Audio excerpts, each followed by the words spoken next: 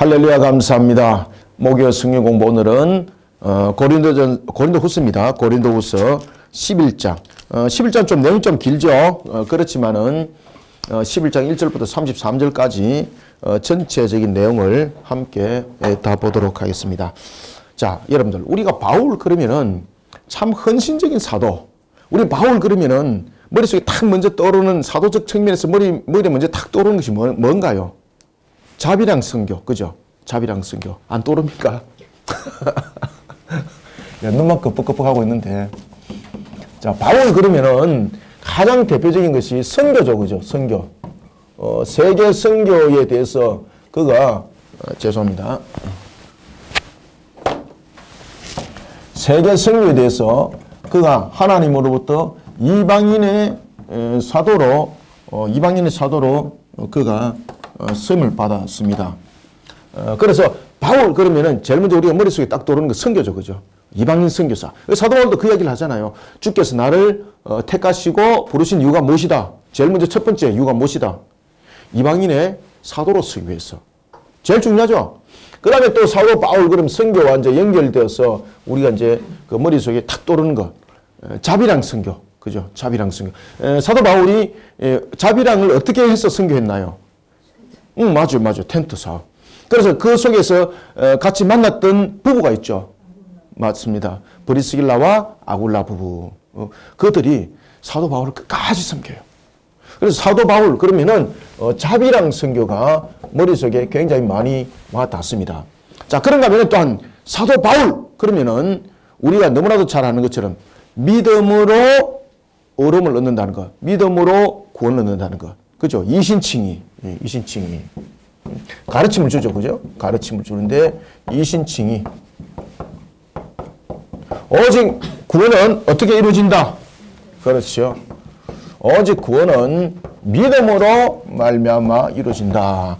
자, 이 부분에 대해서 이제 사도 바울이 믿음으로 말미암아 구원을 얻으리라라는 부분에 대해서 그가 말씀을 인용을 해오죠. 사도 바울이 어디에서 인용해왔을까요? 하박국에서 인용해오죠. 그죠? 하박국에서 인용해옵니다. 사도 바울은 아주 구약에 대해서 능통한 자였습니다. 사도 바울은 여러분들이 잘 아시는 것처럼 자신의 입으로도 그 이야기를 하잖아요. 내가 바리새인 중에서도 바리새인이라는 것. 그런 공의의 회원이었죠. 여러분 공의의 회원은 아무나 될 수 없는 겁니다. 공의의 회원은 나이에 대한 자격도 있고 그 다음에 여러 가지 부분에서 연동되는 것들이 있습니다. 그래서 홀로 지내는 사람들은 그 부분에서 공회원들의 자격들이 될 수 없었습니다. 그래서 사도 바울이 가정을 가졌다는 것을 우리가 어떻게 알 수 있는가 하면은 사도 바울이 무엇이었습니까? 공회 회원이었죠. 그죠? 공회 회원은 이런 하나의 그 기혼, 미혼 이렇게 우리 따지지 않습니까? 미혼자에게는 그 자격들이 부여되지 않습니다. 특히 사도 바울은 또한 그런 측면에서 굉장히 중요한 역할도 했습니다. 공회 속에서 굉장히 중심적인 역할을 했죠. 공문을 받아가지고 그가 이방인의 땅에까지 예수 그리스도를 구세주로 믿는 믿음을 가진 자들을 체포하러 갔던 그 정도로 신뢰를 얻었던 자였습니다. 그래서 그런 사도 바울이 이와 같이 하나님의 사명을 감당하면서 선교사로서 자비랑으로서 또한 가르침에 있어서 누구보다도 앞장섰던 선교사죠. 그럼 자랑할 것이 얼마나 많겠어, 그죠? 개인적으로 간증할 것도 얼마나 많겠습니까? 심지어 여러분 사도 바울은 뭐라고 말하는가 하면은 고린도 교회가 방언에 대한 문제점들 가지고 교회가 굉장히 분란이 일어났었습니다. 그때 사도 바울이 뭐라고 말하는가 하면 이렇게 말합니다. 내가 방언으로 말한다면 너희들에게 할 말이 많다. 내가 그 방언으로 너희들에게 설교도 할 수 있다. 그러면 내가 그렇게 설교했을 때 너희들이 누가 알아듣겠냐 말이야. 그죠? 그래서 그런 부분들을 가지고 사도 바울이 가르침을 주는 아주 유익한 부분에 대해서 우리에게 전개해 주고 있습니다. 이런 가르침이 지금의 현재의 우리의 교리의 중심이 되어 있습니다. 굉장히 중요한 교리의 중심이 되어 있던 사도 바울. 이런 사도 바울이 오늘 이제 11장을 통해서 자신의 사도권을 변증합니다. 자신의 사도권을 변증을 하면서 자, 이런 이야기를 합니다. 내가 자랑으로 말한다면 자랑 삼을 것이 아주 많다. 그런데 나의 자랑을 자랑 삼는 것에 대해서 내가 너희들에게 너무나도 자랑할 것이 많은데 그것은 나의 개인적 자랑이 아니라 예수 그리스도 안에서의 나의 자랑이다. 이러면서 사도 바울이 자신의 사도권을 번정하면서 자랑을 합니다. 이 자랑은 하나의 대칭구도를 형성합니다. 대칭구도를. 그냥 자랑으로 끝나는 것 아닙니다. 이 대칭구도 속에서 보면은 진리의 사도와 그 다음에 거짓된 사도에 대해서 그의 자랑이 이 대칭구도를 형성하면서 하나의 그 변정서가 되는 겁니다.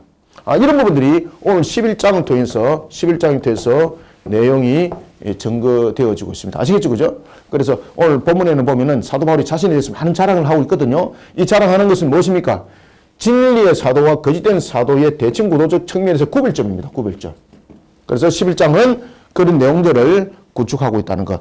또 하나는 우리가 이제 11장에서 보면은 사도 바울이 여러분들이 이제 잘 아시는 것처럼 그 당시에도 초대교회 때 그 이단들이 있었지 않습니까? 초대교회 때 대표적인 이단들 에변주의가 그 당시에 중심을 잡았지만 에변주의는 결국 영지주의 속에 흡수돼 버리죠. 초대교회 속에서 세 가지 형태의 이단들이 등장했죠. 그죠? 첫 번째는 에변주의, 두 번째는 가현설, 세 번째는 뭐 그렇지 영지주의. 영지주의는 조금 뒤에 발달해요. 그런데 영지주의는 굉장히 다양한 측면을 가지고 내용이 등장합니다. 우리가 영지주의의 이제 시조라고 말할 수 있는 사람을 사도행전에서 말한다면 누구죠? 마술사 시몬. 그런가 하면 여러 부분에서 이런 부분들이 영지주의는 파벌이 형성되어져 있고 그런 내용들이 구성되어진 것을 볼 수 있습니다. 이런 이단들 속에 교회가 굉장히 그 혼란을 거듭하게 되는 겁니다. 그때에 사도 바울이 교리의 중심을 딱 놓아요. 그래서 지금도 현재의 이단들이 제일 싫어하는 성경이 뭘까요? 바울 서신입니다. 바울 서신. 이단들이 제일 많이 거부를 하고 받아들이지 아니하는 성경이 바울 서신입니다. 바울 서신. 그래서 특히 이제 신천지 같은 경우는 바울 서신을 가지고 그것이 무슨 성경이냐 이렇게 말하는데 바울 서신의 한 페이지도 못 따라가는 것들이 말이지. 바울 서신에 대해 원전도 읽을 수 있는 자격도 없고 능력도 없는 것들이 바울 서신 가지고 평가를 하는 거 보면 참 개탄에 맞이 아니할 수 없죠. 그죠? 우리는 정말로 하나님께서 이같이 사도 바울을 통해서 우리에게 말씀을 조명해주고 그리고 또한 우리에게 이런 교리를 우리에게 교리의 다리를 낳아줬다는 것 얼마나 감사한지 모릅니다. 우리가 오늘 이 본문 통해서 그 내용들을 한번 봅시다.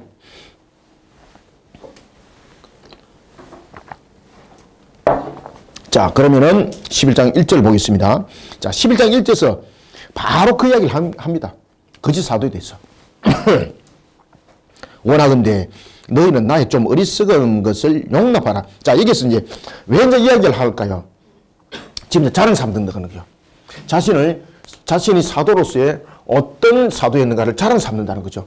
그럴 때에 지금 자랑 삼는 것을 용납하라는 겁니다. 그러면 자랑 삼는 이유는 정말로 자신이 잘났다는 것을 자랑하려고 한 것인가? 그것이 아닙니다. 무엇을? 거짓 사도와 그리고 진리의 사도에 대해서 밝히는 역할이 이 자랑입니다. 그래서 이 대칭구도 속에 지금 이 자랑이 들어오는 겁니다.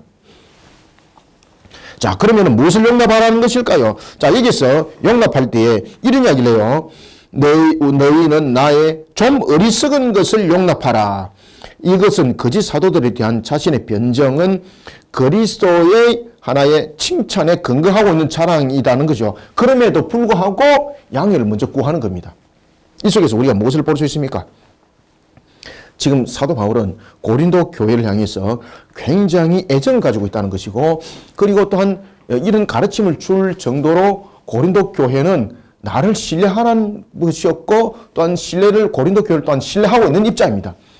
따라서 용납하라라는 걸 통해서 죄송합니다. 제가 지금 기침이 좀 나와서 용납하라는 걸 통해서 고린도 교회를 향한 사도 바울의 어떤 부분들을 우리가 알 수가 있나요?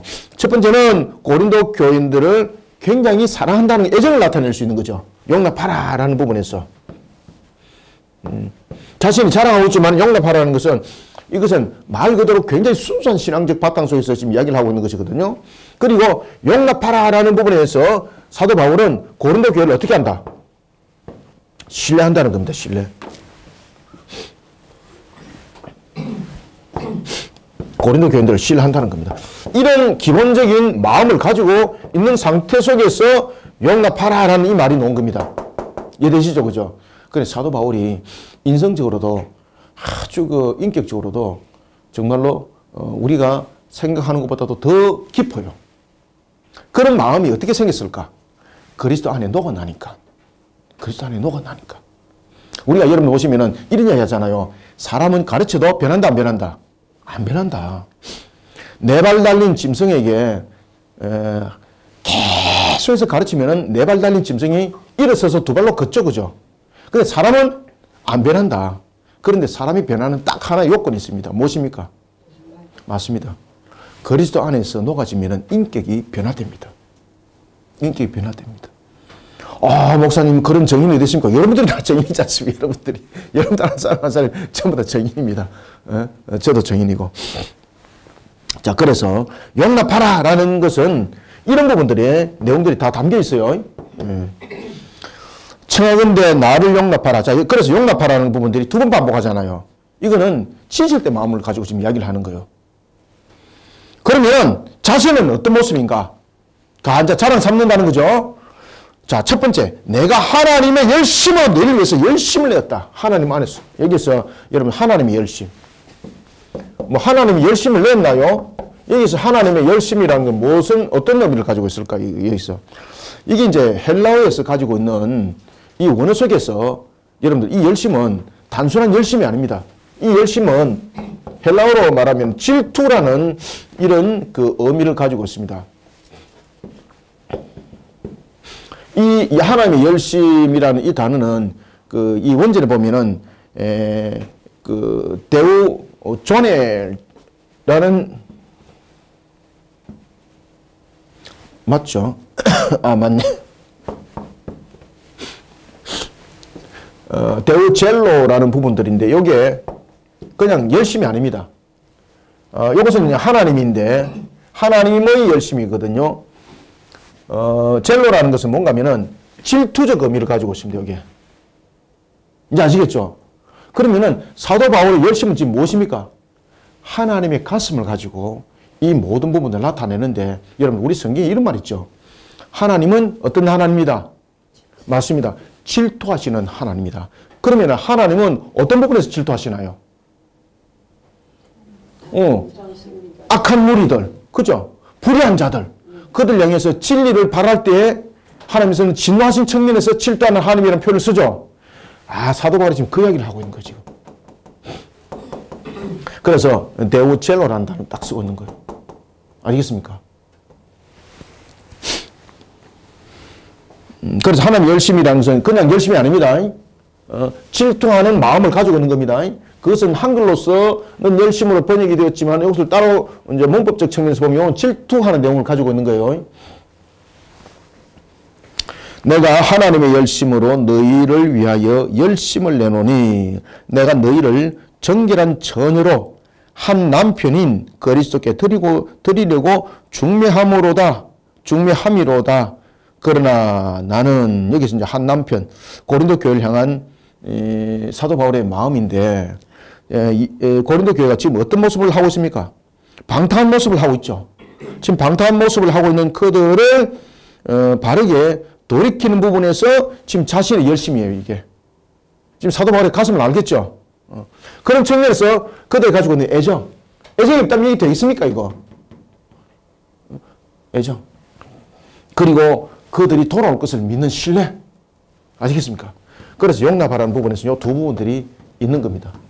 지금 이해됐죠? 그죠? 본문. 이런 부분들을 면밀하게 잘 보셔야 됩니다. 이런 부분들은 문장으로서만 구별되는 것도 있지만 반드시 문맥과 그리고 문단을 함께 보셔야 돼요. 사도 바울의 이 지금 내용들은 그렇게 하면이 안에 해석이 원활하게 이루어질 수 있고 사도 바울의 진정한 마음들을 읽어갈 수 있어요. 특히 서신들을 읽어갈 때는 이 사람이 왜 이런 서신을 썼는가를 그 마음을 읽어가는 것이 굉장히 중요한 겁니다. 지금 남편이라는 단어를 쓴 이유도 지금 아시겠죠? 그죠? 자신의 지금 역할이 무엇이라는 겁니까? 그리스도의 중보자로서의 중매니 역할이 되란 말이에요. 그리스도께 드리려고 중매함이로다. 그러나 나는 뱀이 그 간계로 하와를 미혹한 것 같이, 여기서 뱀이 그 간계로 하와를 미혹한 것 같이라는 것은 지금 누구를 지금 등장짓고 있습니까? 거짓 사도들, 거짓 사도. 그래서 거짓 사도가 지금 누구로 맞아요. 지금 제가 그 이야기 하려고 그러는 겁니다. 거짓 사도가 누구의 대변자들입니까? 마귀의 대변자라는 것을 지금 이야기를 하는 겁니다. 그래서 지금 창세기에 나타나고 있는 3장의 그 사건을 인용을 지금 하고 있는 겁니다. 뱀이 그 관계로 하와를 미혹한 것 같이 너희 마음이 그리스도를 향하는 진실함과 깨끗함에서 떠나 부패할까 두려워하노라. 자, 거짓 사도들의 속임수. 그로 인해서 그리스도를 향한 그런 영적 진실함, 그 깨끗함, 그런 부분들이 정말로 멀어지지 않을까라는 정말로 영적인 그런 두려움 상태, 그들을 향한 애정, 이런 부분들이 사도 바울로 하여금 고린도 교회에 편지 쓰게 하였고 그들을 향해서 지금 이야기를 하고 있는 심정입니다. 그 심정을 먼저 딱 이야기를 하는 거예요. 그러면서 자랑 삼는 거죠. 그래서 이 자랑은 자신의 개인적인 부각이라든지 자신의 어떤 자랑을 통해서 자신을 높인다든지 이런 것이 아닙니다. 두 대칭 구조를 설명하기 위해서 지금 이 자랑이 이제 들어오는 겁니다. 이게. 4절, 만일 누가 가서 우리가 전파하지 아니한 다른 예수. 여러분이 사도 바울, 이게요, 지금 사도 바울 지금 이 이야기를 하는 것이 지금 세 가지의 이단들의 모습들을 그대로 다 이야기를 하고 있는 겁니다. 지금 사도 바울이 지금 세 가지를 이야기를 하고 있거든요. 첫 번째는 뭡니까? 다른 예수. 첫 번째, 다른 예수. 두 번째는 무엇입니까? 다른 영.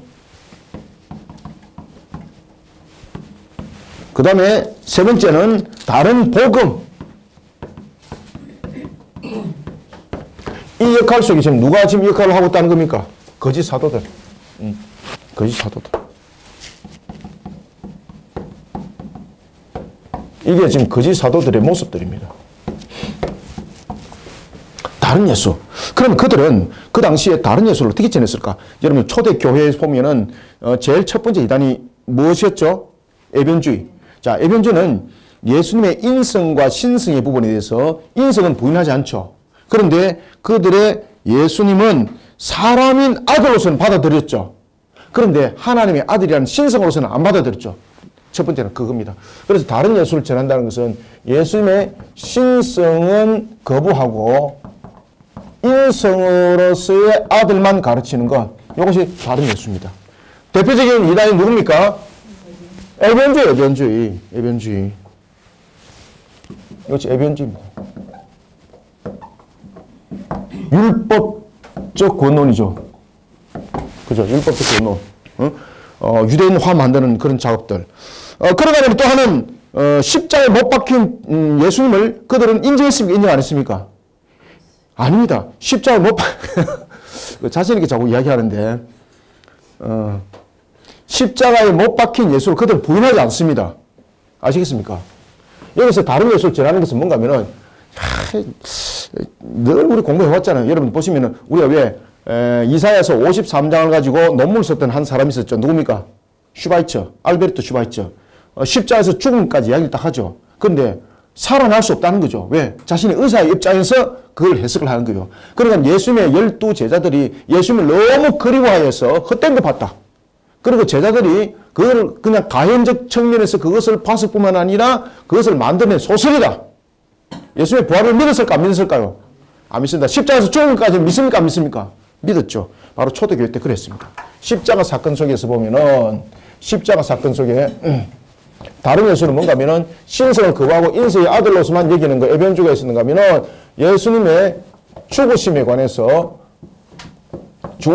십자가죠. 십자가에서 죽으심은 그들이 인정을 했습니다. 그런데 무엇을 인정 안 했다? 그렇죠. 부활은 인정하지 않습니다. 이 부활을 인정하지 아니하는 대표적인 이단이 누굴까요, 여러분들요? 가현설 그리고 영지주입니다. 아시겠습니까?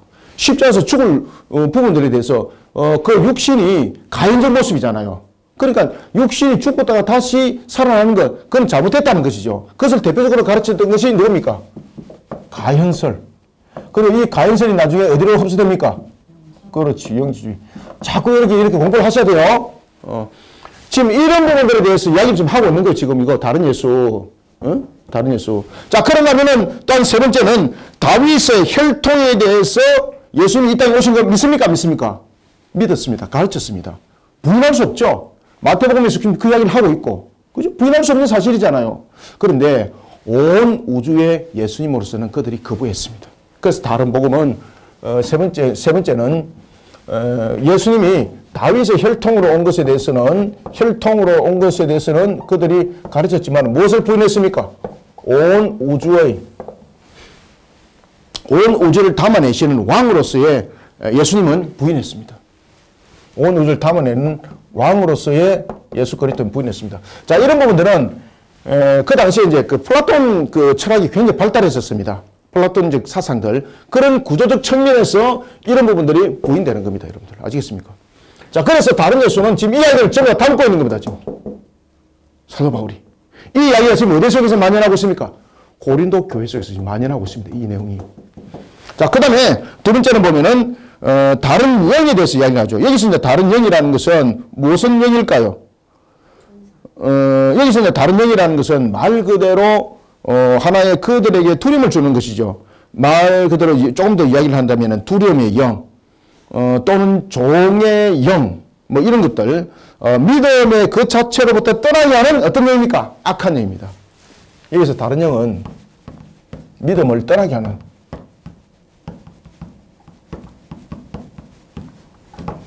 악한 영입니다. 이걸 가르쳤다는 거예요, 이것을. 그러니까 사람들을 공포 분위기로 몰아가고, 그래서 이들의 극단적 종말론들을 막 가르쳤잖아요. 그죠? 아시겠습니까? 이런 믿음을 따라가는 그런 부분. 그래서 여기서 이제 악한 영 속에는 보면은, 뭐 종의 영에 대해서 가르쳤고, 그 다음에 두려움의 영에 대해서도 가르쳤고, 이제 이런 부분들입니다. 그리고 이제 다른 복음은, 우리가 이제 보면은 그 4절 하반절에 나타나고 있는데, 다른 복음은 무엇일까요, 여러분들요? 여기서 이제 다른 복음은 오직 예수 그리스도를 믿음으로 구원을 얻는다는 그 구원을 가르치지 않았다는 거예요. 다른 복음이라는 것은 오직 예수 그리스도, 오직 예수 그리스도를 믿는 믿음의 구원을 가르친 것이 아니라 무엇을 가르쳤다? 맞습니다. 율법론의 구원을 가르치고 지식의 구원을 가르치고, 그래서 이런 부분들이 이렇게 이제 연결되는 거죠. 이렇게. 거짓된 사도들이 이런 모습을 가지고 있었다는 거죠. 아시겠습니까? 자, 4절부터 다시 한번 읽어봅시다. 만일 누가 가서 우리가 전파하지 아니한 다른 예수를 전파하거나, 혹은 너희가 받지 아니한 다른 영을 받게 하거나, 혹은 너희가 받지 아니한 다른 복음을 받게 할 때는 너희가 어떻다? 잘 용납하는구나. 이게 뭔가면요, 이게 거짓된 사도들한테 마귀에게 물리면은 이렇게 됩니다, 여러분들요. 바보들이네, 이렇게 말할 거 없죠. 여러분들도 미혹의 영이 물리면은 그렇게 됩니다. 지금 이단들이 얼마나 득세합니까? 교회에서 성경 가르친다 그러면 사람들이 안 오죠. 그런데 이단들이 성경 공부합니다 그러면 사람들이 얼마나 많이 모여요, 그죠? 요 미혹의 영들이 물리면은 그렇게 됩니다. 자, 여러분 이렇게 보시면 됩니다. 우리가 마약하는 사람들 보면서 특히 이제 미국에도 보면은 그 마치 마약과 같은 좀비 같은 그런 도시가 있죠, 그죠? 왜 그렇게 됐을까? 우리가 보면 참 어리석잖아요. 바보 같은 멍청한 것이 왜 그렇게 됐을까? 그렇게 할 수 있는데 안 그렇습니다. 미혹의 영이 물리면요, 예를 들어서 파티 현장 속에서 자신들이 마약을 자신도 모르게 간접적으로 다른 사람이 마약을 넣어가지고 복용해버리죠. 그럼 그 환각 속에 사람은 도취돼 버려요. 사람은 육신이 연약성을 가지고 있어요. 아시겠습니까? 넘어가는 한순간입니다, 여러분들요. 그래서 마약을 복용시킬 때에 처음에는 마치 무료인 것처럼 좋은 음료입니다. 기분 좋게 하는 음료입니다. 학생들한테도 그렇게 막 나누고 그랬잖아요. 나 오온나라 그래서 발칵 뒤집어졌지 않습니까? 이런 것들 속에 마약은 복용이 되는 겁니다. 그래서 미혹한 영에 물리면요, 그렇게 서서히 접어듭니다. 우리가 예를 들면은, 뭐, 물고기를 물에 삶을 때 보면 뜨거운 물에 갑자기 푹 넣으면은 물고기가 퉁퉁이 나가지 않습니까? 그런데 찬물에, 온화한 물에 놔놨다 서서히 불을 지피면은 어떻습니까? 그 헤엄치다가 죽는다니까요. 왜? 몸이 그것을 받아들이는 입장에서 죽는 줄도 모르고 받아들이는 거예요. 지금 이해되고 있습니까? 바로 그런 겁니다. 그래서 잘 용납하거나 처음부터 발칵 뒤집어진 것도 아닙니다. 그냥 이 거짓 사도들이 처음에 자신들의 거짓된 교리를 가르치기 위해서는 제일 먼저 어디에 접근하고 있는가 하면은 사도 바울이 사도성이 없다는 것에 대해서 그들에게 이해를 끌어냈던 거예요. 지금 사도성에 대한 그 변정이 얼마나 중요한 건지 아시겠죠? 이런 부분들이 변정되어지면서 그들의 교리를 그들이 퍼뜨렸더니 이제 완전히 혹하면서 묵더라는 겁니다. 우리가 이제 물고기를 낚을 때 보면 미끼를 뿌리지 않습니까? 똑같습니다. 자, 5절. 나는 지극히 크다는 사도들보다 부족한 것이 조금도 없는 줄로 생각하노라. 여기서 지극히 크다는 사도는 누굽니까? 이거 12사도들 말하는 거 아닙니다. 이게 거짓 사도들입니다. 거짓 사도들. 이 거짓 사도들 말합니다. 나는 그들보다도 크다. 이제 변증을 하는 거죠. 스스로 사도라고 신임장을 들고 사람들에게 다니면서 얼마나 속였습니까? 그죠? 그 이야기입니다. 지금 이게. 지극히 크다는 사도들이라는 것은 예루살렘의 사도들이 아니고, 알겠죠? 그죠? 이 잘못 해석하면 이거 12사도 되는 겁니다. 예루살렘의 사도들이 아니고 누구라 그랬죠? 거짓 사도들이 거짓된 그런 정을 만들어가지고 교회마다 다니면서 보여주는 거예요, 이제. 그 이야기입니다, 지금. 지극히 크다는 사도들보다 부족한 것이 조금도 없는 줄로 생각하노라. 내가 비록 말에는 부족하나. 여러분, 사도 바울 말에 부족한 거 없거든요. 참 겸손합니다, 이거. 지식에는 그렇지 아니하니. 사도 바울이 지식으로 말한다면은 왜 이제 이 이야기를 합니까? 지금 자기를 자랑 삼죠, 그죠? 지금 자신의 지식이 어느 정도 수준이라는 것을 지금 표현하고 있습니까? 박사급이라는 거죠, 박사급. 그죠? 예. 지금 사도 바도 거짓된 교사들이 학사 수준이라면 자신은 무슨 수준이다? 지식으로 내면 안 된다는 이야기입니다. 사도 바울은 여러분 잘 아시는 것처럼 그 당시에 최고의 율법 학자였던 가말리엘의 수제자였죠.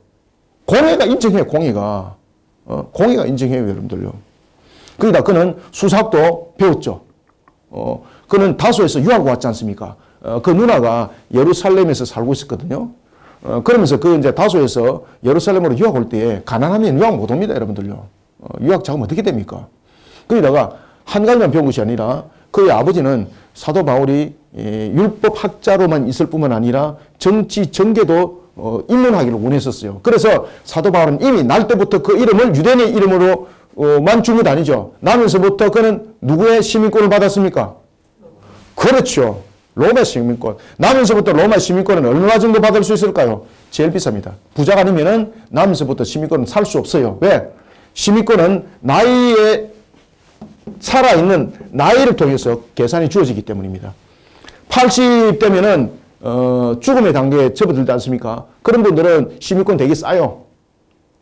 그러면 나면서부터는 어떨까요? 제일 비싸. 부자가 아니면 나면서부터 시민권은 못 사요, 여러분들요. 그러니까 그 가정이 재정적으로도 풍족하다는 것을 알 수가 있죠, 그죠? 이런 사도 바울. 자랑 삼을 것이 얼마나 많아요, 여러분들요. 부족한 것이 있나, 뭐 배운 것이 뭐 누구 말 맞다라 배운 것이 가방끈이 잘라. 지식으로 말한다면은 그들이 내인데 상대 안 된다는 거죠. 맞는 말이에요, 실질적으로. 6절 내가 비록 말에는 부족하나 지식에는 그렇지 아니하니 이것을 우리가 모든 사람 가운데서 모든 일로 너희에게 나타내었노라. 내가 너희를 높이려고 나를 낮추어 하나님의 복음을 값없이 너희에게 전함으로 죄를 지었느냐. 자, 여기 이제 여러분 보시면 수사 의문문입니다, 이게. 아시겠습니까? 죄를 지었느냐. 내가 너희들에게 값없이 복음을 전했는데 그것이 너희들인데 내가 죄를 지은 것이냐? 이 부분들이 수사 의문문이거든요. 지금, 예? 지금 이 속에서 이제 수사 의문문을 사용을 하는 이유가 있습니다. 사도 바울이 지금 이 속에서 수사 의문문을 사용하는 이야기는 뭔가 하면은 자신이 값없이 전하는 복음 자체에 어떤 부분들도 전혀 잘못된 것이 있다, 없다는 강조점입니다, 이게. 사도 바울은 거짓 사도들처럼 자신의 권위를 높이는 자가 아니었고 복음 전파를 위해서 그리스도가 비하여 그를 걸어갔던 것처럼 자신이 자천하여서 지금 비천한 길을 걸었는데 나의 그 행사, 나의 그 모습을 보고 나의 가르침조차도 비천하게 여기고 있는데 아니다. 내가 너희들에게 전하는 것이 뭐 죄를 지었느냐라는 것을 그런 수사 의문문을 통해서 자신의 복음을 전한 것은 진리에 전혀 잘못된 것이 없다라는 것을 반증하는 겁니다. 지금 이 속에. 이해됐죠? 자, 그러면서 사도 바울이 이제 무엇을 이제 변증합니까? 자비랑 선교를 변증하는 겁니다. 자비랑 선교. 왜 사도 바울 그러면 자비랑 선교가 중요한가 하면요. 그 당시에 굉장히 중요한 핵심적인 역할을 하는 겁니다. 이 자비랑 선교. 특히 이제 자비랑 선교 부분에 대해서 이 거짓 사도들이 사도 바울을 공격할 때 이것을 그가 사도에 속하지 아니했다는 증거로 제시를 했거든요. 왜? 지금 거짓 교사들은 교회로부터 사례를 받았을까 안 받았을까요? 받았습니다. 그들은. 자신들의 사례를 받았죠. 왜 그런가 하면 레위에서 여러분 보시면은 제사장들 레위인들은 성전에서 먹을 것이라든지 이런 부분들 지금 공급을 받잖아요. 그것을 기준으로 하여서 사례를 지금 받은 거예요. 그런데 사도 바울은 지금 사례를 안 받았잖아요. 그러면 사도가 아니라는 증거라는 것이죠. 그러면 사도 바울은 이 자비랑 선교를 통해서 무엇을 말하고 있을까요? 이 자비랑 선교를 통해서 자신이 왜 그렇게 했을까라는 것을 이제 변증해 나갑니다. 자, 봅시다. 내가 너희를 높이려고 나를 낮추어 하나님의 복음을 값없이 너희에게 전함으로 죄를 지었느냐. 그래서 내가 이제 자비랑 선교를 통해서 복음을 전한 것. 사람들이 눈으로 볼 때 누추한 부분들이 있을 수도 있고, 그리고 또한 이런 부분에서 거짓된 사도들이 나의 사도권을 인정할 수 없다라고 말하고 있는데, 이 속에서 내가 너희들한테 말할 것이 있다. 내가 그런 상태 속에서 자비랑 선교 속에서 너희들한테 전한 복음이 가짜로 전한 것이 있느냐? 죄짐에서 전한 것이 있냐? 이 말입니다. 그 진리는 하나도 틀린 것이 없다는 겁니다. 그러면서 그러면 왜 자비랑 선교를 했는가? 라는 통해서 이야기를 하는 겁니다, 이제. 8절. 내가 너희를 섬기기 위하여. 자, 자비랑 선교를 왜 했다는 겁니까? 너희를 섬기기 위해서. 첫 번째. 섬기기 위해서. 그렇게 했다는 겁니다. 교회가 세워지고 넘어짐이 참 중요한데 물질로 시험 들면 안 되잖아요. 그래서 그가 자비랑 선교를 감당할 때에 그는 자신의 직업을 가지고 텐트를 만드는 그 직업을 통해서 그는 자비랑 선교를 했을 뿐만 아니라 두 번째는요, 그의 자비랑 선교는 교회들이 섬겼습니다. 첫 번째는 여러분 자비랑 선교를 했던 것이 순수하게 텐트를 만드는 것으로만 이야기를 하면 안 됩니다. 텐트를 만드는 것은 자신의 직업을 통해서 그렇게 했고, 그 다음에 두 번째는 이 자비랑 선교를 통해서는 텐트뿐만 아니라 누가? 교회들이 섬겼다는 거예요. 교회들이. 그래서 오늘 사도 바울이 그 얘기를 하는 겁니다. 지금. 내가 자비랑 선교를 한 것은 너희들을 섬기기 위함인데 교회가 물질로부터 시험당하지 않도록 하기 위해서 그렇게 했다. 그러면 나의 자비랑 선교는 어떻게 동원이 되었는가 이야기를 합니다. 텐트를 만들어서 자비랑을 했을 뿐만 아니라 여기서 강조점, 교회들이 나를 섬겼다는 겁니다. 특히 마게도냐 교회라든지 이런 교회들이 사도 바울을 섬겼던 것을 우리 기억하죠. 자, 그래서 사도 바울이 굉장히 재미있는 이야기를 하나 쓰는데 그것은 뭔가 하면 여러 교회로부터 비용을 받은 것을 탈취했다라고 말합니다. 탈취. 자, 왜 이런 단어를 썼을까요? 이 단어를 쓴 것은 거짓 교사들을 비아냥거릴 수도 있고, 그 다음에 거짓 교사들이 사례받는 것을 무엇으로 이기고 있다는 겁니까? 교회를 향해서 받을 자격이 없는데 탈취했다는 그 거짓 교사들을 향한 하나의 비아냥거리는 하나의 내용이라 이렇게 보시면 됩니다. 거짓 교사, 거짓 사도들. 지금 거짓 사도들을 지금 톡 찍어서 하는 이야기입니다. 사도 바울이 받는 것은 정당한 것인데 지금 이들이 사례라고 받은 것은 전부 다 탈취라는 겁니다. 이거. 그러면서 그 단어를 딱 쓰는 거예요. 내가 너희를 섬기기 위하여 다른 여러 교회에서 비용을 받은 것은 탈취한 것이라. 이 탈취는 무엇이라고요? 탈취를 표현한 것은 거짓 사도들의 행각을 겨냥한 의도적 표현입니다. 이게. 요거 설명 잘 하셔야 됩니다. 이거. 받은 것은 다른 교수, 와, 그럼 사도 바울이 다른 교수 훔쳤나, 이거? 그 내용이 아닙니다. 다른 교회들이 자청하여서 자비랑 선교를 행하고 있는 사도 바울을 도왔어요. 그 도운 것을 갖다가 거짓 사도들이 고린도 교회 사례를 받았거든요. 그 부분들을 정상적인 것으로서 받은 것이 아니라는 부분으로 탈취라는 단어를 쓰면서 사도 바울이 자비랑 선교 부분에서 다른 교회로부터 지원받은 것을 탈취라고 말하는 것 아닙니다. 이 탈취라는 단어는 무엇을 설명하기 위해서 탈취가 등장했습니까? 거짓 사도들이 지금 고린도 교회에서 사례받는 거 있는 것이 지금 탈취라는 것을 설명하기 위해서 이게 하나의 비아냥적 측면에서 이 내용이 등장한 겁니다. 탈취한 것이라. 또 내가 너희와 함께 있을 때에 비용이 부족하였으되 아무에게도 누를 끼치지 아니하였음은 마게도냐에서 온 형제들이 나의 부족한 것을 보충하였음이라. 그래서 자신이 선교대에서 고린도 교회의 경제적 부분들을 어려움을 주지 않기 위해서 자비랑을 했고, 그런 부분에서 다른 교회들이 나를 섬겼는데 그 대표적인 교회가 어디라는 겁니까? 마게도냐 교회. 마게도냐 교회. 마게도냐에서 온 형제들이 나의 부족한 것을 보충하였음이라. 내가 모든 일에 너희에게 폐를 끼치지 않기 위하여 스스로 조심하였고 또 조심하리라. 그러면 앞으로도 자비랑 순교 계속해 나갈 거다 이 말입니다. 10절 그리스도의 진리가 내 속에 있으니 아가야 지방에서 나의 이 자랑이 막히지 아니하리라. 이게 뭡니까? 자비랑 순교입니다. 자비랑 순교. 그래서 자신의 자랑이 상대에게 은혜로 나타나는 것은 오직 내 속에 그리스도의 진리가 있기 때문에 가능하다는 겁니다. 그래서 그리스도의 진리가 내 속에 있으니 아가야 지방에서 나의 이 자랑이 막히지 아니하리라. 그러니까 나의 자랑은 무엇입니까? 나의 이 자랑은 자비랑 순교. 그래서 이 자비랑 순교에 대해서 나는 멈추지 않을 것이다.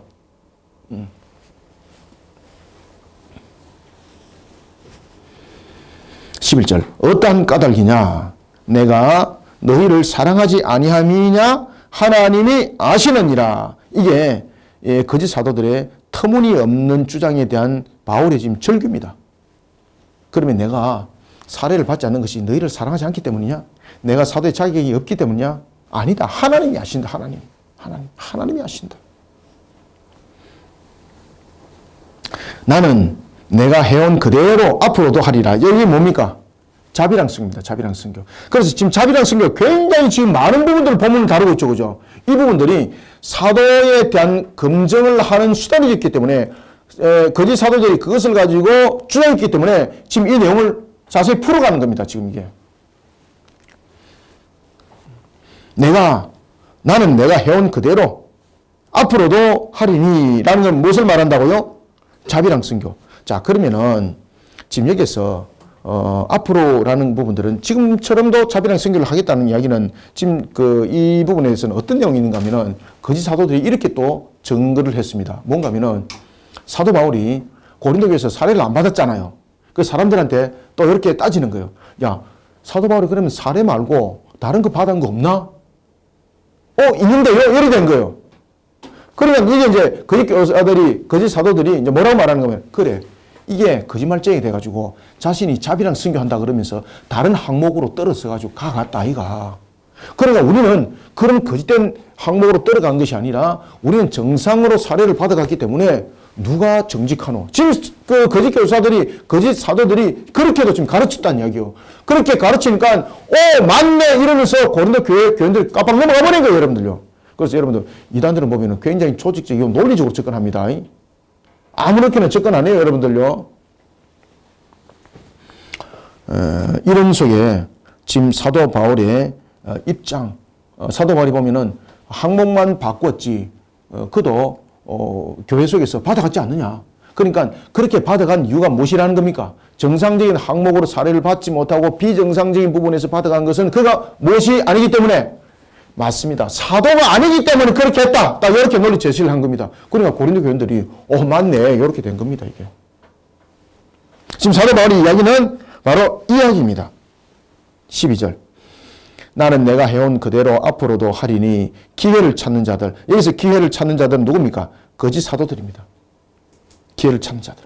기회를 찾는 자들이 그 자랑하는 일로 우리와 같이 인정받으려는 그 기회를 꺼내랍니다. 이거는 뭔가 하면은 살해에 관한 내용입니다. 자신들이 살해를 받을 수 있는 자격이 있기 때문에 자신들은 살해를 받았는데 사도 바울은 살해를 받을 수 있는 자격이 없기 때문에 살해를 못 받는 대신에 다른 것으로서 받아갔다 이 말이에요. 지금 이해되고 있죠? 지금 그 말입니다, 이거. 13절. 그런 사람들은 거짓 사도요, 속이는 일꾼이니 자기를 그리스도의 사도라 가장하는 자들이니라. 가장한다는 것은 뭡니까? 속에서 가면을 덮어 쓰고 있는 것을 우리가 가장한다 그러잖아요. 우리가 가장하는 것은, 우리가 요새 이제 주일학교 교사들이 보면은 우리 전도사님하고, 주일 학교 아이들 전도하기 위해서 학원 앞에 가지고 도라에몽, 이거 쓰고 있거든요. 그런 자신의 모습을 가장하는 거죠. 그죠? 그러니까 아이들이 우리 주일학교 선생님이라든지 전도사님이 그냥 이렇게 하면은 같이 사진 찍어 이렇게 말 안 하는데 이 도라에몽 이것을 가장해가 딱 덮어쓰고 가고 공룡 덮어쓰고 가고 그러니까 아이들이 막 고름대처럼 모여들어가지고 마치 연예인처럼 우리 교회 홈페이지 보면은 연예인처럼 막 사진 아이들이 막 입이 요만큼 찢어요, 요만큼. 막 같이 사진 찍어주니까. 그러니까 자기들 폰으로 찍어달라 그러고 왜? 엄마한테 그냥 자랑하고 싶다는 거지. 아시겠습니까? 가장한다는 것은 자신의 속모습과 그 모습이 다른 것을 가장한다는 것이죠. 그죠? 왜? 가장하는 이유는 무엇입니까? 호감을 느끼게 하기 위해서. 지금 그 이야기입니다. 그래서 그리스도의 사도로 가장하는 자들, 가장한다는 것은 속모습은 그렇지 않는데 호감을 느끼게 하기 위해서 다른 것들로 뒤덮어 쓴 것들을 가장한다고 말하는 거죠. 가장하는 자들이나 이것은 이상한 일이 아니니라. 사탄도 자기를 광명의 천사로 가장하니라. 그러면은 여기서 거짓 사도들은 누구에 속했다는 겁니까? 마귀에게 속한 자들이라고. 마귀에 속한 자들. 마귀에 속한 자들이 물려버리니까 너희들이 넘어간 자가 됐다는 이야기입니다. 15절. 그러므로 사탄의 일꾼들도 자기를 의의 일꾼으로 가장하는 것이 또한 대단한 일이 아니니라. 그들의 마지막은 그 행위대로 되리라. 요한계시록 20장 12절입니다. 이거. 그죠? 요한계시록 20장 12절.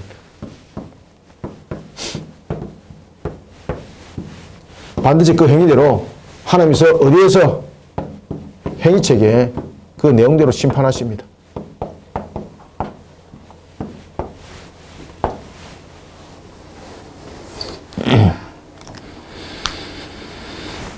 몇 절까지 했죠? 15절, 16절 봅시다.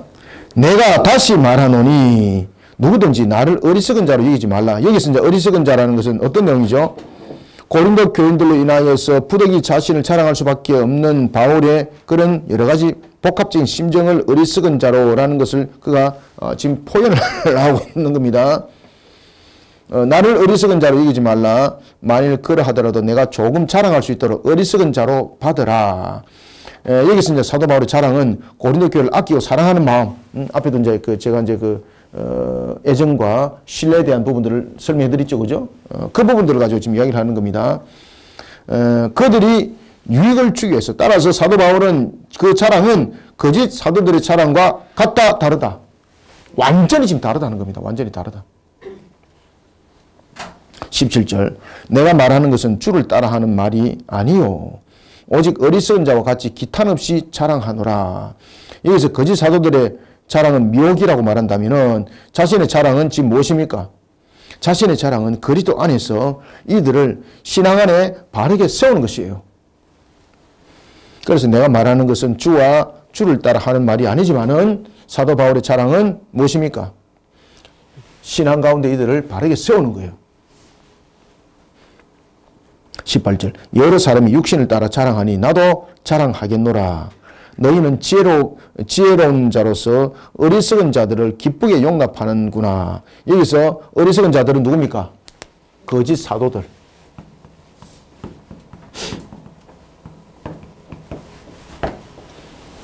자, 이 용납한다는 것은 그들이 용납이 될 수밖에 없는 단계적 측면이 논리적으로 제시되었죠. 그죠?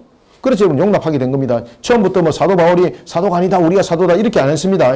그들이 사도증을 내세우면서 그들이 교회 속에서 사례를 받았는데 사도 바울도 교회 속에서 돈은 받았지만 사례의 명목으로는 안 받았죠. 그죠? 다른 명목으로 받았죠. 그러면서 딱 논리적으로 제시하잖아요. 봐라, 우리는 정직한 사도다 라는 것을 우리는 표현해내고, 그리고 또 우리는 그런 사도증을 가진 측면에서 또한 사례를 교회를 통해서 정상적으로 받았지만 사도 바울은 그래야지 못했다. 그건 뭔가 하면 사도가 아니라는 것을 정리하는 것이다. 이런 논리적 제시 속에서 이제 거짓된 교리들이 그들에게 묵혀 들어갔다 이 말입니다. 이단들도 여러분 그렇게 접근해요. 그래서 이단들이 보면은 교회 속에서 제일 먼저 딱 들어오면은 누굴 찾습니까? 자신이 접근할 수 있는 대상자를 찾을 때는 어떤 화제거리가 있어야 되잖아요. 그 화제거리 가운데서 가장 대표적인 것이 뭔가 하면은 그 사람이 여러 가지 힘든 속에 있다든지, 여러 가지 형편환란 속에 있다든지, 두 번째 교회의 불만을 크게 느끼고 있다든지, 이것이 딱 포커스의 대상이에요. 그러면서 그들에게 접근하여서 그들과 함께 이야기를 하게 되고, 그러면서 그들의 입장을 받아들이게 되고, 그러면서 논리적 제시를 하게 되는 거죠. 그러면서 점점 자신들이 원하는 성경 공부, 그 다음에 자신들이 원하는 방식, 이런 것 속에서 가둬 나가는 거죠. 이런 단계들이 있습니다. 지금 이게 그 고린도 교회도 그런 단계적 측면의 내용들을 밟아 나갔던 겁니다, 이게. 19절. 너희는 지혜로운 자로서 어리석은 자들을 기쁘게 용납하는구나. 누가 너희를 종으로 삼거나 잡아먹거나 빼앗거나 스스로 높이거나 뺨을 칠지라도 너희가 용납하는 도다. 거짓된 이게 재밌는 것은 여러분 종이라는 것은 여러분 이해가 가시죠?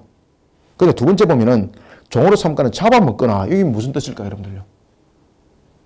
우리가 대체로 이단들이 그러지 않았습니까? 교회가 헌금을 내게 하는 것은 그건 잘못된 것이다. 성경에 헌금 내라는 것이 어디 있노? 여러분, 헌금은 신앙입니다. 신앙의 고백들입니다. 그런데 그렇게 말을 해놔놓고 나중에 어떻게 합니까? 뒤에서 자기들이 물질을 바치거나 집을 바치게 만들면서 다 빼먹어버리죠. 그죠? 그러면서 예를 들어서 뭐 테이프 하나 만들어가지고 뭐 하나에 10만 원에 팔고 뭐 만 원에 팔고 책 같은 거 말도 안 되는 거만 진짜 우리 같으면 하루에 10권도 쓰겠는데 그런 책은 그렇게 만들어가지고 그것을 막 100만 원에 팔아먹고 막 이런 식으로 하죠. 그죠? 그리고 또 하나는 신전이 같은 경우는 또 그럽니다. 전도를 할 수 있지 못한 사람들, 시간이 그런 여유가 되지 않는 사람들 있지 않습니까? 그런 사람들은 어떻게 합니까? 회비를 100만 원 내게 만들어요. 아니겠습니까? 그렇게 전도를 못하면은 회비를 100만 원 내게 만들어요. 이런 부분에서는 집단화를 이루고 그 다음에 그루밍 작업을 충분히 해나가죠. 그런 속에서 이런 제시들이 있으면서 집문서까지 다 갖다 바치게 만들죠. 바로 잡아먹거라는 것은 바로 일용입니다. 당시 고린도 교인들의 거짓된 사도들에게 가산을 탕진하고 갖다 바쳤다는 이야기예요. 이게 지금 이거.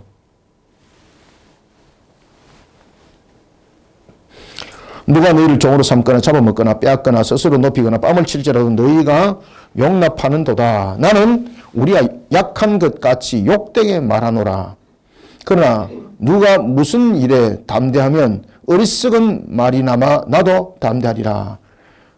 지금 거짓된 사도, 거짓 사도들의 모습이 지금 이렇습니다. 나는 우리가 어떻다? 약한 것 같이 욕되게 말하노라. 이게 이제 무슨 말인가 하면은 비유적 측면에서 지금 그 얘기를 하는 겁니다. 지금 거짓 사도들이 사람들에게 보일 때 모습은 어떻게 보였겠습니까? 굉장히 강한 자의 모습들을 보였던 거예요. 그러니까 사도 바울은 어떤 모습입니까? 안 봐도 알잖아요. 거짓처럼 굉장히 누추하고 그죠? 사람들의 눈으로 볼 때 가치없이 보이고 그런데 이들은 사람들이 볼 때도 어떤 옷 같은 것도 보면은 화려하게 입고 이런 강한 모습이 나타났겠죠. 지금 그 얘기입니다, 지금. 그래서 거짓 사도들은 그런 강한 모습, 거친 모습과 대조적인 모습으로 자신을 남루하고 이런 모습이 되어 있다는 겁니다. 그러면은 그것이 사도의 자격이라면은 나는 연약한 자가 돼서 사도로 나는 인정 못 받는다 이 말입니다. 사람들이 눈으로 볼 때 지금 그 이야기입니다. 아시겠죠? 그래서 나는 우리가 약한 것 같이 욕되게 말하노라 지금 이야기예요. 우리가 약한 것 같이 욕되게 말한다는 것은 그래 할지라도 나는 내 모습 이대로 너희들에게 말씀을 전가한다. 왜냐하면 그 당시에 이 거짓된 사도들은 거친 모습과 그리고 강한 모습들이 이런 어떤 이런 뭡니까? 자신들의 입는 의복이라든지 행위라든지 행동에서 그렇게 내비친 것이죠. 그런데 사도 바울은 정말로 사랑하는 가슴으로 품고 이런 부분들이 대조되는 것이죠. 지금 그 이야기를 하고 있는 것입니다. 나는 우리가 약한 것 같이 욕되게 말하노라. 그러나 누가 무슨 일에 담대하면 어리석은 말이나마 나도 담대하리라. 그들이 히브리라면 어떻다? 이제 딱 그 이야기를 하는 겁니다. 그들이 히브리라면 첫 번째 나도 그렇다. 두 번째 그들이 이스라엘이라면 나도 그렇다. 세 번째 그들이 아브라함의 후손이라면 나도 그렇다. 그런데 정신없는 소리 하지 마라. 그들이 복음을 전하면서 고난 가운데 있은 적이 있느냐? 없죠? 21절, 23절부터 그 얘기를 하는 겁니다. 23절. 그들이 그리스도의 일꾼이냐? 정신없는 소리 하지 마라. 그들이 그리스도의 일꾼이냐? 정신없는 소리 하지 마라. 지금 완전 사도 바울이 직격적으로 막 바로 이제 그 직설적인 화법을 쓰고 있죠. 여러분들, 그리스도의 일꾼은 누굽니까? 그리스도의 일꾼은요, 그리스도의 모습을 담아내야 되는 겁니다. 근데 그들의 모습은 마치 바리새인과 같은 모습을 하고 있으면서 누리고 있고 대접받으려고 하고 있고 이런 모습들이 나타나기 때문에 그리스도의 모습은 그들 속에서 비춰주지를 않았던 거죠. 그들이 그리스도의 일꾼이냐 정신없는 말을 하거니와 나는 더욱 그러하도다. 그렇다는 것은 무슨 이야기입니까? 정신없는 소리 하지 마라. 내가 더욱 그렇다는 것은 자신이 지금 두 대칭구도를 통해서 이야기를 하는 겁니다. 자신의 모습은 더욱더 예수 그리스도를 닮은 모습 속에 늘 세워졌다는 겁니다. 그러면서 이제 예수 그리스도의 모습 속에 담겨지면서 복음을 전하면서 자신이 당한 그 증거를 이제 제시를 하는 겁니다. 23절 다시 읽어봅시다. 그들이 그리스도 일꾼이냐 정신없는 말을 하거니와 나는 더욱 그러하도다. 내가 수고를 넘치도록 하고 옥에 갇히기도 더 많이 하고 매도 수없이 맞고 여러 번 죽을 뻔하였으니 유대인들에게 40에 하나 감한 매를 맞았다. 여러분들 왜 유대인들은 40에 하나 감한 매를 때렸을까요? 사는 뭡니까? 죽을 사? 이 상상도 하지 못한 이야기를 지금 꺼잡아 들어오고 있네. 유대인들이 죽을 사를 썼나? 이게 왜 유대인들은 40에 하나를 감하는 매를 쓰는가 하면은 이 사는 사람이에요, 사람. 사는. 그러면은 40은 무엇입니까? 충만한 수예요, 충만한 숫자. 충만한 숫자. 그러면 맞아요. 이 40의 매를 때리면 사람이 어떻다? 죽는다. 이렇게 봤던 게 죽는다. 그러면 40에 하나 감은 매는 뭡니까? 때리되 죽지 않게 때린다 이 말입니다. 그래서 40에 하나 감한 매는 이 뜻을 가지고 있는 겁니다. 이 뜻을. 40에 하나 감한 매는 유대인들이 사람을 매질할 때에 죽지 않을 정도로 때렸다는 것은요. 무슨 이야기인가 하면은 어떤 사람들이 그런 매를 맞겠습니까? 그 매를 맞을 자기는 정말 저주받은 자들, 정말로 말 그대로 불명예스러운 자들, 그들이 이 때리는 형벌이거든요. 그럼 그 매를 맞는 사람들은요, 그 사회로부터 분리되는 거예요. 왜? 저 매를 맞을 정도로 저 사람은 불명예스러운 사람이다. 불길한 사람이다. 불리한 사람이다. 딱 이렇게 판결을 내려버린 겁니다. 그런 매를 몇 번 맞았다? 5번이나 맞았다. 5번이나. 와, 한 번도 진짜로. 그런데. 그런데 그로 끝나지 않습니다. 25절을 보면은 3번 태장을 맞았다. 자, 여러분 40의 감한매와 태장의 차이점 무엇일까? 40의 감한매 이거는 유대인의 매입니다. 유대인의 매. 자, 태장은 누구의 매일까요? 로마의 매입니다. 로마의. 유대인이 동족으로부터 두들기 맞고 로마로부터 두들기 맞고 무슨 일이냐? 자신이 정말로 불의한 짓을 해서 그러냐? 아니죠. 오직 무엇을? 그리스도 일꾼으로서 그 삶을 감당하면서 내가 이 모습이 되었다는 겁니다. 모든 사람이 인정한다. 수많은 사람들이 정인이다. 그런데 거짓 사도들이 이런 그리스도 일꾼의 모습들로서 그러한 길들을 걸은 적이 있느냐 말이에요. 말도 안 되는 소리 하지 말이에요. 교회 속에서 대접이나 받으려고 그러고 거짓된 교리로서 믿음으로 구원을 꺾으려고 그러고 그들은 마귀의 자식이단 말이에요. 자, 심지어 3번이나 파선하였다. 우리가 이제 그 사도행전을 보면은 그 이야기를 하고 있죠, 그죠? 3번이나 파선했다. 이건 뭡니까? 포로 상태 죽는 겁니다, 이거. 그 다음에 일주야를 깊은 바다에 지냈다. 말 그대로 이거는 생명을 보존받을 수 없는 겁니다. 그리고 또 한 번은 무엇을 맞았다? 돌로 맞았는데 이게 참 유명한 사건이죠. 이 돌로 맞았는 것은 이 사람들이 사도 바울을 하나의 자신들의 생업권을 위협한다 이렇게 봤던 겁니다. 그래서 사람들이 사도 바울을 돌로 쳐 죽여버리는 거예요. 사람들이 보니까 이게 완전 시체인 거 시체. 그래가지고 성문 밖을 문을 열고 시체들을 버리는 그런 불의한 장소에 사도 바울을 던져버린 거죠. 그 놀랄 사실은 사도 바울이 거기서 바로 일어나는 거예요. 마치 잠에서 깬 사람처럼 지금 그 이야기를 하고 있는 겁니다. 25절 3번 태장. 자, 태장은 누구의 매질입니까? 로마의 매질. 3번 태장을 맞고 한 번 돌로 맞고 3번 파선하고 일주야를 깊은 바다에서 지냈으며 여러 번 여행하면서 강의 위험과 강도의 위험과 동족의 위험과 이방인의 위험과 시내의 위험과 광야의 위험과 바다의 위험과 거짓 형제 중에 위험을 당하고 참으로 자신의 스티그마를 지금 증거하고 있습니다. 스티그마. 스티그마가 무엇입니까? 상처, 흔적. 이걸 스티그마라고 말합니다. 자신의 몸에 이미 이런 것들이 새겨져 있고 그리고 자신의 삶에 지금까지 진행해 나왔던 그때 일꾼으로서 걸어왔던 것이 전부 다 스티그마다. 스티그마. 27절 또 수고하며 애쓰고 여러 번 자지 못하고 줄이며 목마르고 여러 번 굶고 춤고 헐벗어노라. 사도 바울이 여러분 복음 전했던 그 루터를 난주에 지도를 한번 보십시오. 전부 다 걸어 다니잖아요. 그리고 또 때로는 이제 짐승을 통해서도 가고 그러지만 그게 사람들이 전부 다 험악합니다. 정말로 가는 자체가 고난입니다. 가는 자체가. 그러니까 그런 과정 속에서 강도도 만났고 여러 일들을 당했다는 거죠. 그렇지만 복음을 전하는 측면에서 그리스도 일꾼으로서 내가 그 일들을 멈추질 않았다. 그 일들을 멈췄다면 고린도 교회 없다. 그 일들을 멈추지 않았기 때문에 지금 고린도 교회가 있다. 지금 이걸 간접적으로 증명하고 있는 겁니다. 심지어 굶고 춥고 헐벗었다. 28절. 이 외에 일은 고사고 아직도 날마다 내 속에 눌리는 일이 있으니 곧 모든 교회를 위하여 염려하는 것이라. 복음의 씨앗을 뿌리는 일에 있어서 자신은 늘 교회에 대해서 염려하면서 그런 중압감 속에 지금도 살아가고 있다.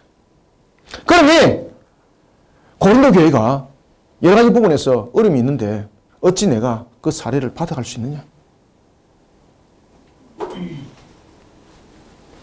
사도 바울이 여러분들 이 상황 때문에는 저는 이 상황을 지금 이해가 갑니다. 지금 제가 개척하면서 걸어왔던 길들이니까요. 참 마음이 짠하네. 29절. 누가 약하면 내가 약하지 아니하며 누가 실족하게 되면 내가 애타지 아니하더냐. 그거는요, 교인들의 아픔을 자기 아픔으로 얘기했습니다. 저도 이제 새벽에 그렇게 기도를 하는데 우리가 사람이 감정을 가지잖아요.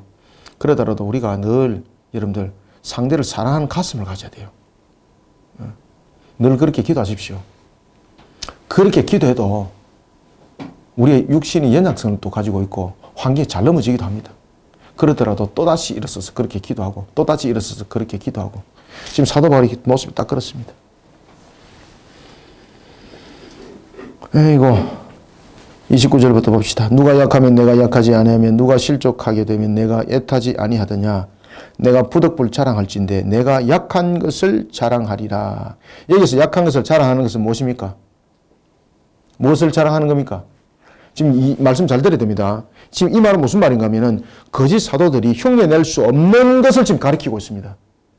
지금까지 제가 이야기했던 것들, 특히 24절, 25절, 26절, 27절 그 내용들입니다.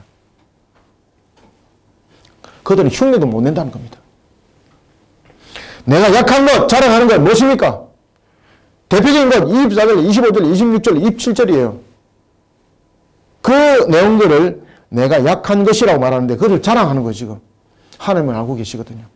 그런데 왜 자랑합니까? 거짓 사도들 여기 대해서 10분의 1도 못 쫓아온다. 그들이 그렇게 하라고 하면 다 도망가 버립니다. 31절부터 보고 마무리합니다. 주 예수의 아버지 영원히 찬송할 하나님이 내가 거짓말 아니하는 것을 아시느니라. 하나님은 정인의 자격이 있죠. 사람은 정인이 되려면 두세 사람 이상이 정인이 되어야 되죠. 왜? 거짓을 말할 수 있기 때문에. 그런데 하나님은 정인이 되죠. 왜? 완전하신 분이니까. 그리고 하나님은 한 분이 세위격으로 계시죠. 그러니까 자랑에 대해서 정인이 될 수 있죠. 그래서 하나님을 정인으로 삼는 거예요. 지금. 하나님은 완전하신 분뿐만 아니라 하나님은 여러분이 잘 아시는 것처럼 불의함과 거짓이 없죠. 그래서 하나님의 정명, 정의는 완전한 거예요. 그리고 하나님은 우리의 겉과 속까지 전부 다 이미 비춰보고 계시죠. 10길의 물길은 알 수 있지만은 사람의 한 길의 그 마음속은 모른다 그랬지 않습니까? 그런데 그 마음속까지 하나님께서 다 꿰뚫고 계시는 거예요. 그러나 하나님이 지금 무엇이 됐다는 겁니까? 나에 대해서 지금 정인이란 겁니다. 이것이 31절이에요. 주 예수의 아버지 영원히 찬송할 아버지 찬송할 하나님이 내가 거짓말 아니하는 것을 아시느니라. 다메섹에서 아리다 왕의 고관이 나를 잡으려고 다메섹 성을 지켰으나 나는 광주리를 타고 들 창문으로 성벽을 내려가 그 손에서 벗어나노라. 사도 바울이 자신이 어떤 약한 존재인지를 좀 설명하는 거죠. 십자의 복음을 전하는 부분에 있어서 자신은 정말로 이렇게 나약한 존재가 되었다는 거죠. 광주리의 사이에서 도망가고 이런 모습들이 나의 모습이었다는 거죠. 그런 측면에서 누가 뭐 정치적으로 자신을 보여준 사실도 없고 권력자들이 나서서 자신을 보여준 사실도 없고 나는 이렇게 복음을 전하다가 생명 위협을 느껴서 광주리의 사이에서가 밤에 이렇게 성 밖에 내려서 도망가는 것이 나의 모습이 됐다. 이 나의 연약함이 있다. 그렇지만 나는 이 연약함 속에서 나는 복음을 전하는 일을 포기하지 않았다. 그래서 사도 바울은 육신적 측면에서, 환경적 측면에서 자랑할 것이 지금 있습니까? 없습니까? 없습니다. 전부 다 약한 모습이에요. 그런데 이 약한 모습 속에도 자랑할 것이 있다 그랬죠. 무엇입니까? 복음을 전가하는 일에 있어서 자신의 그 모습을 굽히지 않았다는 겁니다. 신실한 종의 모습으로 생명과 진리를 위해서 달려갈 때 결국은 누가 보호하심입니까? 이런 진리 가운데 나가는 나를 지금 광주리 사서 성 밖으로 보내신 분들은 누굽니까? 결국은 나와 함께 하시는 분은 하나님입니다. 거짓된 교사들에게 주어질 것은 심판이지만은 항상 하나님은 나와 함께 하심이었다. 왜? 진리 가운데 세워진 진리의 사도였기 때문이다. 지금 딱 결론을 이렇게 내리는 겁니다. 진리의 사도였던 나는 누구와 함께 한다? 하나님께서 함께 하신다. 그러면은 하나님께서 함께 하신다는 걸 통해서 그러면 거짓 사도들에 대해서 이야기합니다.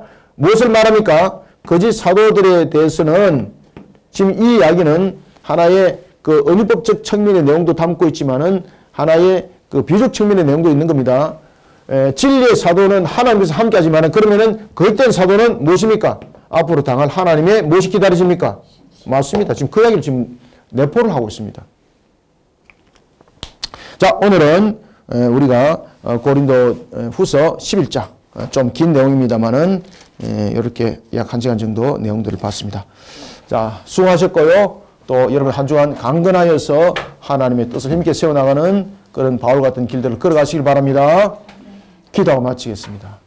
하나님 감사합니다. 주께서 베푸시는 은혜 속에 우리를 세워주시고 주 앞에 영광된 걸음을 걷게 하시니 감사합니다. 오늘도 사도 바울이 자신이 자랑할 것은 연약함이라 하였습니다. 사람들의 눈으로 볼 때는 참으로 당하는 고난이 약함으로 비춰질지라도 그 속에는 하나님의 일하심이 있었고 그 속에는 또한 하나님의 함께 하심이 있었습니다. 사도 바울은 이런 신앙 속에 언제든지 주를 향하는 그 모습으로 달려가기를 부족함이 없이 늘 나아갔던 모습, 그런 속에 자신의 스티그마 자체를 오히려 자랑 삼고 그런 속에 하나님의 세우신 교회들이 건강하게 세워지는 것을 기뻐하고 이런 그리스도의 가슴으로 그는 나갔던 것입니다. 진리의 사도, 진정한 사도가 이런 모습으로 비춰졌다면 거짓된 사도들은 자신들의 섬김을 받고 대접을 받고 이란 속에 자신들의 거짓된 교리를 전파하는 속에 하나님을 오히려 욕대하는 자였던 것을 봅니다. 사도 바울이 하나님과 함께 한다면 거짓된 사도들은 하나님의 심판이 기다리질 뿐이라는 것을 마지막으로 간접적으로 증가하는 내용을 통해서 우리는 다시 한 번 더 돌이켜봅니다. 우리가 오직 진리 편에 있어서 주님의 산 정인의 길들을 걸어갈 때 주께서 사도 바울과 함께 하였던 것처럼 우리와 함께 할 줄 믿습니다.